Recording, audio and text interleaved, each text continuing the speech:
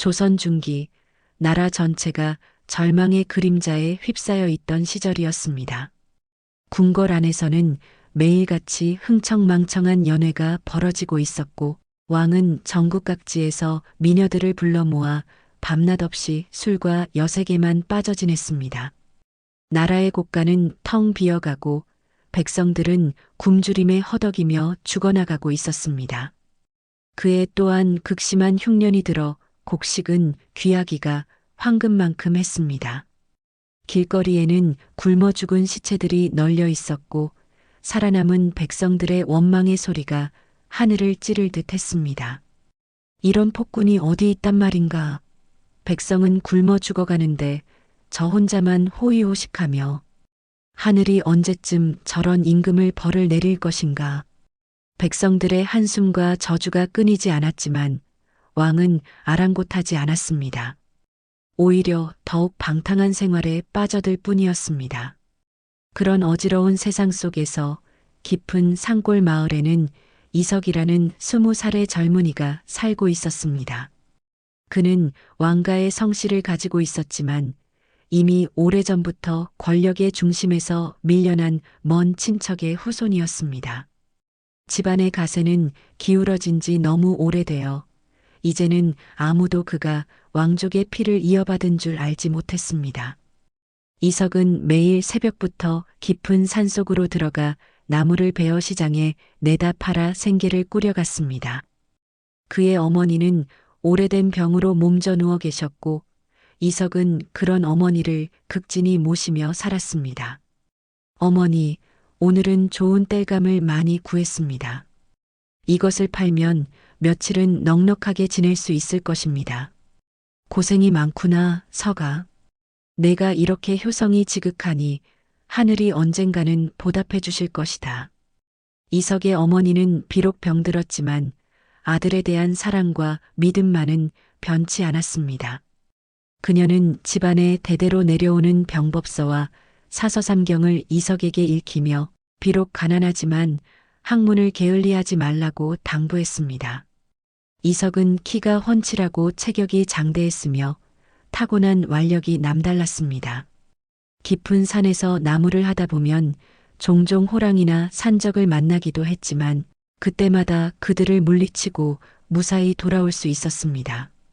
마을 사람들은 이석의 용맹함을 보고 감탄하곤 했습니다.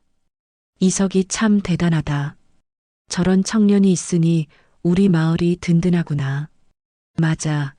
호랑이도 무서워하지 않는 젊은이가 어디 있겠어?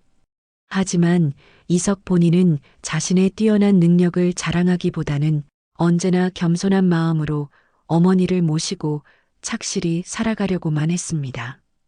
그런 어느 날 이석이 시장에서 땔감을 다 팔고 집으로 돌아가려는데 갑작스러운 소동이 일어났습니다. 한 소매치기가 양반의 돈주머니를 훔쳐 달아나고 있었습니다. 그 소매치기는 손에 칼까지 들고 있어 아무도 쫓아가지 못하고 있었습니다. 이석은 망설임 없이 소매치기를 향해 달려갔습니다. 칼을 휘두르는 소매치기를 단숨에 제압하고 훔친 돈을 되찾아 주었습니다. 시장의 사람들은 이석의 용기와 의로운 행동에 박수를 보냈습니다. 참 대단한 청년이구나. 저런 용기가 있어야 사람이지. 칼 든 도둑도 무서워하지 않다니 정말 기특하구나. 그런데 그 광경을 지켜보던 한 노인이 있었습니다. 그는 조선 최고의 관상가로 이름난 사람이었습니다.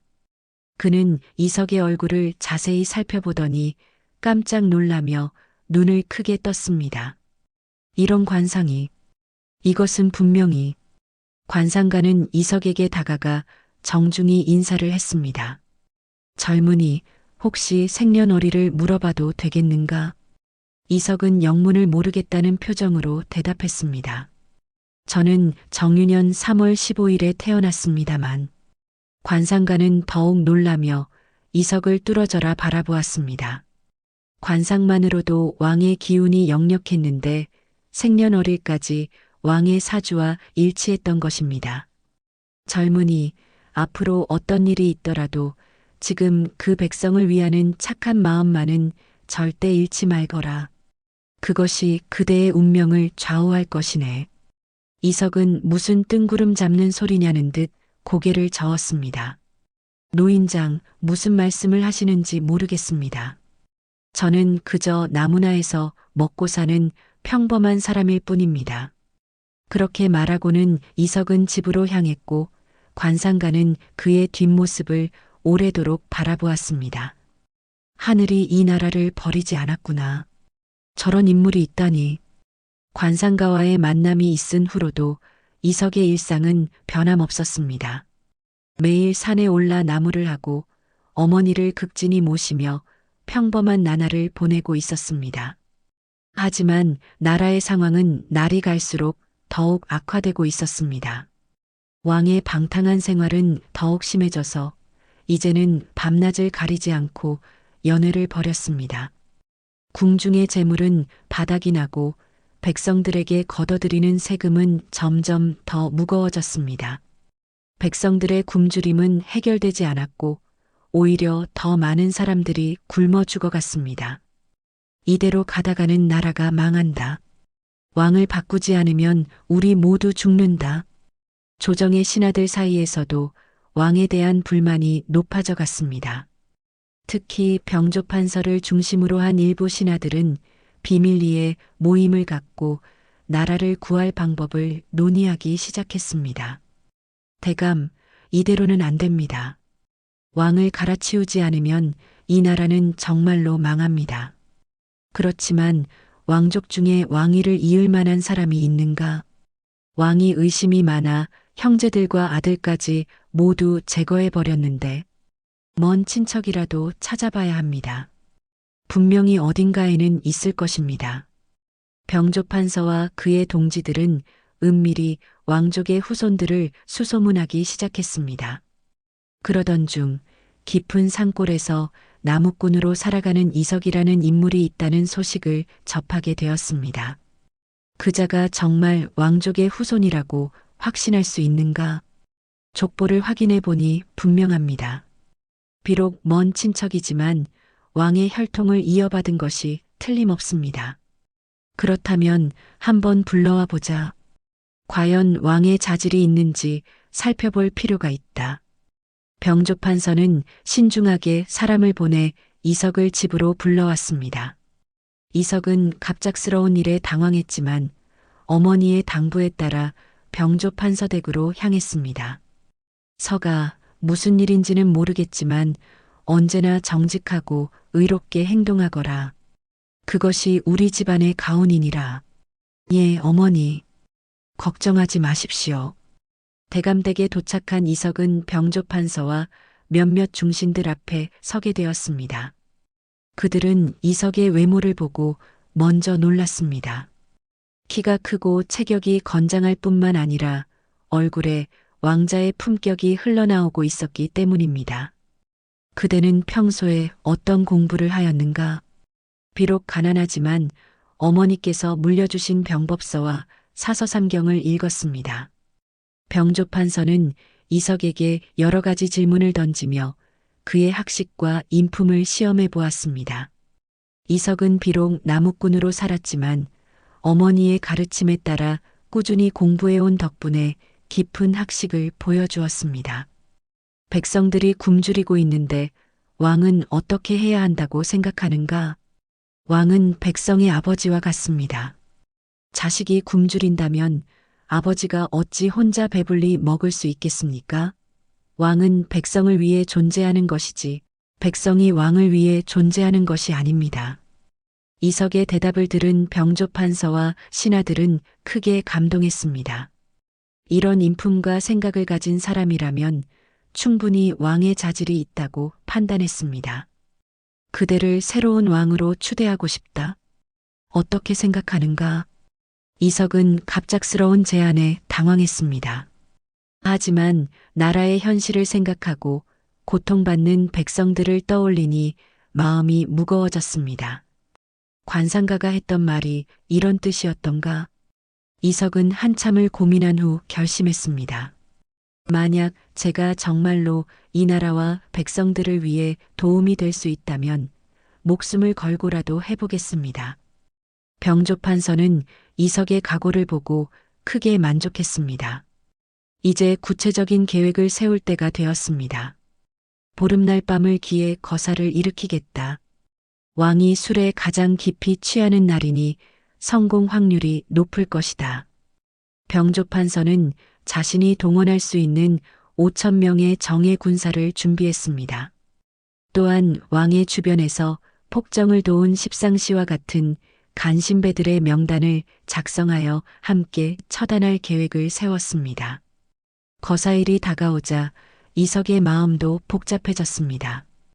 어머니와 헤어져 생사를 알 수 없는 길에 나서는 것도 걱정이었고, 과연 자신이 나라를 이끌 수 있을지에 대한 두려움도 있었습니다. 하지만 굶주린 백성들의 모습을 떠올리니 용기가 났습니다. 내가 아니면 누가 이 백성들을 구할 것인가? 드디어 보름날 밤이 되었습니다. 궁궐에서는 왕이 주최하는 큰 연회가 벌어지고 있었고, 왕은 평소보다도 더 많은 술을 마시며 취해 있었습니다. 지금이다. 병조판서의 신호와 함께 5천 명의 군사가 궁궐을 향해 진격하기 시작했습니다. 이석도 칼을 들고 맨 앞에서 군사들을 이끌었습니다. 궁궐을 지키는 군사들과 치열한 전투가 벌어졌습니다. 칼과 칼이 부딪히는 소리가 밤하늘에 울려 퍼졌고 여기저기서 비명소리가 들려왔습니다. 이석은 선두에서 용맹하게 싸웠습니다. 그의 뛰어난 무예와 강인한 체력 덕분에 적의 방어선을 차례로 뚫어나갔습니다. 병조판서도 부상을 입었지만 끝까지 이석과 함께 싸웠습니다. 왕을 잡아라. 더 이상 이 나라를 망치게 둘 수는 없다. 마침내 왕이 있는 곳까지 도달한 이석과 병조판서. 왕은 술에 취해 제대로 상황을 파악하지도 못한 채 붙잡히고 말았습니다. 감히 짐을 누구라고 생각하고 이제 그만하십시오. 당신은 더 이상 이 나라의 왕이 아닙니다. 병조판서는 단호하게 왕을 꾸짖었고 그 뒤에서 이석이 나타났습니다. 비록 전투로 인해 옷이 찢어지고 상처를 입었지만 그의 눈에는 굳은 결의가 빛나고 있었습니다. 백성들이 굶어 죽어가는데 혼자만 호의호식하며 나라의 재정을 파탄내고 미래를 어둡게 한 죄를 어떻게 변명하시겠습니까? 이석의 말에 왕은 아무 대답도 하지 못했습니다. 결국 폭군은 정의의 심판을 받고 처형되었고 그와 함께 나라를 망쳤던 간신배들도 모두 처단되었습니다. 이제 새로운 왕을 추대하노라. 병조판서의 선언과 함께 이석이 새로운 왕으로 추대되었습니다. 소식을 들은 백성들은 폭군이 죽고 새로운 왕이 즉위했다는 소식에 희망을 품기 시작했습니다. 드디어 우리를 구해줄 왕이 나타났구나. 새 임금님은 백성을 위해 나서신다니 이제 살 수 있겠다. 하지만 이석의 진짜 시련은 이제부터 시작이었습니다. 왕위에 오른 이석은 즉시 백성들을 위한 정책을 펼치려고 했습니다. 굶주린 백성들에게 곡식을 나누어 주고 과도한 세금을 줄이며 나라의 기강을 바로잡으려 했습니다. 하지만 예상치 못한 장벽이 기다리고 있었습니다. 바로 자신을 왕으로 만들어준 병조판서였습니다. 전하, 백성들을 위한다는 것은 좋으나 너무 성급하십니다. 나라의 재정을 먼저 생각해야 합니다. 무슨 말씀이십니까? 백성이 굶어 죽어가는데 재정을 먼저 생각한다는 것이 말이 됩니까? 전하는 제가 왕으로 만들어드린 것을 잊으셨습니까? 제 말에 따르지 않으면 왕위에서 내려오시는 것도 어렵지 않습니다. 병조판서는 은근히 이석을 위협했습니다. 자신이 가진 군사력을 바탕으로 왕조차도 자신의 뜻에 따라야 한다는 태도를 보였습니다. 이석은 분노가 치밀어 올랐지만 참았습니다. 병조판서가 아직도 5천 명의 군사를 거느리고 있었고 자신은 이제 막 왕위에 오른 상황이었습니다. 성급하게 대립했다가는 또 다른 혼란만 일으킬 뿐이었습니다. 참아야 한다. 지금은 때가 아니다. 이석은 큰 계획을 세웠습니다. 5년 동안 참고 기다리면서 자신만의 세력을 구축하고 왕권을 확립한 후에 병조판서를 제거하기로 했습니다. 알겠습니다. 병조판서의 뜻에 따르겠습니다. 병조판서는 이석이 순순히 따르는 것을 보고 만족해했습니다. 하지만 이석의 진짜 계획은 따로 있었습니다. 이석은 몰래 전국 각지에서 청렴하고 실력 있는 인재들을 찾아 자신의 편으로 만들기 시작했습니다. 특히 함경도에서 여진족을 막아내며 큰 공을 세운 김준경 장군에게 주목했습니다. 김 장군, 나라의 미래를 함께 걱정하는 충신이 필요하오. 전하의 뜻을 알겠습니다. 미력 하나마 도움이 되겠습니다. 김준경 장군은 이석의 진정성을 알아보고 그의 편이 되기로 했습니다. 그는 함경도에서 2만 명의 정예 군사를 훈련시키며 언제든 이석을 도울 준비를 했습니다. 또한 이석은 실학자들과 유능한 문관, 무관들을 수십 명씩 포섭해 나갔습니다. 그들은 모두 나라를 진정으로 걱정하고 백성을 사랑하는 사람들이었습니다. 우리는 전하의 뜻에 따라 이 나라를 바로 세우겠습니다. 백성들이 굶주리지 않는 세상을 만들어야 합니다. 이석의 주변에는 점점 더 많은 충신들이 모여들었습니다. 한편 병조판서는 자신의 권력을 더욱 강화해 나갔습니다. 자신의 일족과 친인척들을 요직에 앉히고 왕의 뜻보다는 자신의 이익을 우선시하는 정책을 펼쳤습니다. 왕이 무엇이냐? 내가 만들어준 왕 아닌가? 병조판서의 횡포는 날이 갈수록 심해졌고 이를 지켜보던 이석의 분노도 점점 커져갔습니다. 5년이 흘렀습니다. 이제 이석 주변에는 충분한 세력이 모였고 김준경 장군은 함경도에서 1만 명의 정예 군사를 이끌고 내려올 준비를 마쳤습니다. 이제 때가 되었다. 이석은 마침내 병조판서와의 최후 대결을 결심했습니다. 병조판서, 그동안 당신의 전행을 참고 지켜보았지만 이제는 더 이상 참을 수 없소? 감히 전하가 누구 덕분에 왕이 되었는지 잊으셨단 말입니까? 나는 백성을 위해 왕이 되었지 당신의 꼭두각시가 되려고 왕이 된 것이 아니오. 드디어 둘 사이의 갈등이 표면화되었습니다. 병조판서는 자신의 군사 5천 명을 동원하여 이석에게 맞섰습니다.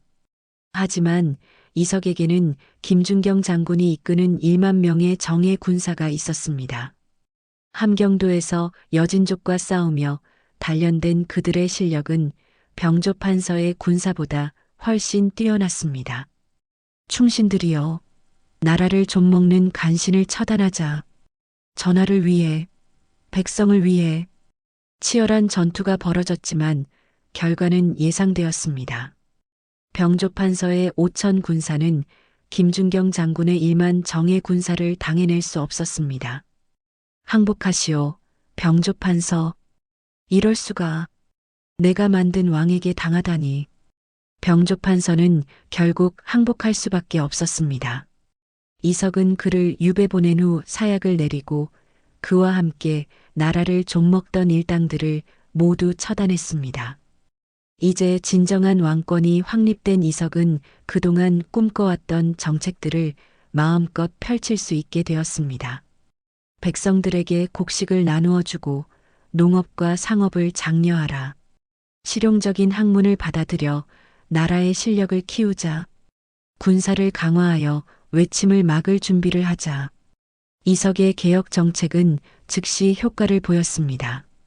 굶주렸던 백성들은 다시 웃음을 찾기 시작했고 농업과 상업이 발달하면서 나라의 경제도 점점 좋아졌습니다. 또한 이석은 왕비를 맞이하여 아들과 딸을 낳아 왕위 계승 문제도 해결했습니다. 왕실의 안정은 나라 전체의 안정으로 이어졌습니다. 이석이 강화한 군사력은 곧 시험을 받게 되었습니다. 북쪽에서는 여진족이, 남쪽에서는 왜구가 침입해 왔습니다. 적들이 우리를 만만하게 보는구나. 전하, 명령만 내리십시오. 이석은 직접 군사를 이끌고 전장에 나섰습니다. 그의 용맹함과 뛰어난 전략, 그리고 잘 훈련된 군사들 덕분에 적들을 크게 물리칠 수 있었습니다. 조선을 함부로 보지 마라. 이석의 강력한 군사력에 여진족과 왜구는 더 이상 함부로 침입하지 못했습니다. 이렇게 30년의 세월이 흘렀습니다. 이석은 그동안 한 번도 관상가의 당부를 잊지 않았습니다. 백성을 위하는 초심을 잃지 않고 항상 겸손한 마음으로 나라를 다스렸습니다. 어느 날 꿈에서 이미 백발이 된 이석 앞에 한 사람이 나타났습니다. 바로 30년 전 그에게 운명을 예언해 준 그 관상가였습니다. 전하, 30년 전의 약속을 지켜주셨군요. 아, 그때의 그 노인장이시군요. 오랜만입니다. 전하께서는 정말로 백성을 위하는 마음을 잃지 않으셨습니다. 그래서 이렇게 훌륭한 성군이 되신 것입니다. 관상가는 이석의 치세를 보며 깊이 감동했습니다. 한때 허름한 나무꾼이었던 청년이 이제는 온 백성의 사랑을 받는 성군이 되어 있었습니다. 노인장의 말씀 덕분에 길을 잃지 않을 수 있었습니다. 권력이 주는 유혹이 클 때마다 그 말씀을 떠올렸습니다. 전하, 이제 안심하고 이 세상을 떠날 수 있겠습니다. 이 나라의 미래가 밝게 보입니다. 꿈에서 깬 이석은 그 관상가를 찾았지만 찾을 수 없었습니다. 이석의 치세는 조선의 가장 찬란한 시대로 기록되었습니다. 백성들은 굶주림을 모르고 살았고 나라는 부강해졌으며 외침을 막을 수 있는 강력한 군사력을 갖추었습니다. 우리 임금님께서는 정말 성군이시구나. 나무꾼에서 임금이 되신 분이라니 하늘이 내려주신 분이 틀림없어. 백성들은 이석을 진심으로 사랑하고 존경했습니다. 이석 역시 죽는 순간까지 백성을 사랑하는 마음을 잃지 않았습니다. 나는 참으로 행복한 삶을 살았구나. 가난한 나무꾼으로 태어났지만 이 나라와 백성들을 위해 무언가 의미 있는 일을 할 수 있었으니 이석은 아들에게 왕위를 물려주며 당부했습니다. 아들아, 왕은 백성을 위해 존재한다는 것을 절대 잊지 마라.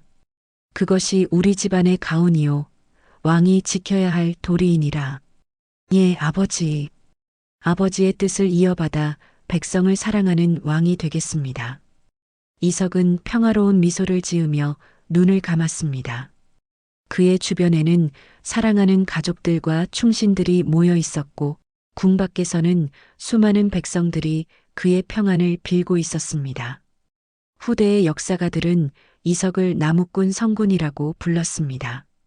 가장 낮은 곳에서 시작하여 가장 높은 곳에 올랐지만 결코 초심을 잃지 않았던 왕으로 기억되었습니다. 그의 묘소 앞에는 항상 백성들이 찾아와 감사의 절을 올렸고 그의 이야기는 대대손손 전해져 내려갔습니다. 허름한 나무꾼이었지만 마음만은 왕보다 더 왕다우셨던 분. 진정한 왕이란 무엇인지를 보여주신 분. 이석의 이야기는 이렇게 영원히 사람들의 마음속에 남아있게 되었습니다. 비록 가난하고 보잘것없는 시작이었지만 진실한 마음과 불굴의 의지로 마침내 모든 사람에게 사랑받는 성군이 된 것입니다. 그의 삶은 출신이나 환경이 중요한 것이 아니라 진정한 마음가짐과 끊임없는 노력이 얼마나 중요한지를 보여주는 감동적인 이야기로 남아 있습니다. 관상가의 예언은 정확히 들어맞았습니다. 이석은 끝까지 백성을 위하는 마음을 잃지 않았고 그 덕분에 조선 역사상 가장 훌륭한 성군 중 한 분으로 기억되게 되었습니다.